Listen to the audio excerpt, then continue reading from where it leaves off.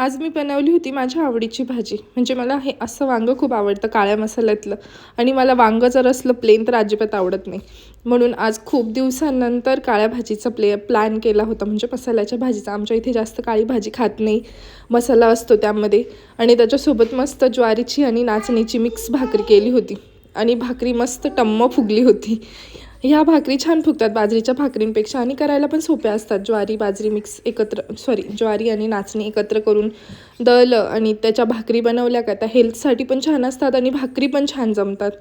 मग आम्ही बाहेर गेलो होतो, थोडंसं वज्र थोडा आजारी झाला होता तर त्याला औषधं म्हणजे डॉक्टरकडे घेऊन गेलो होतो.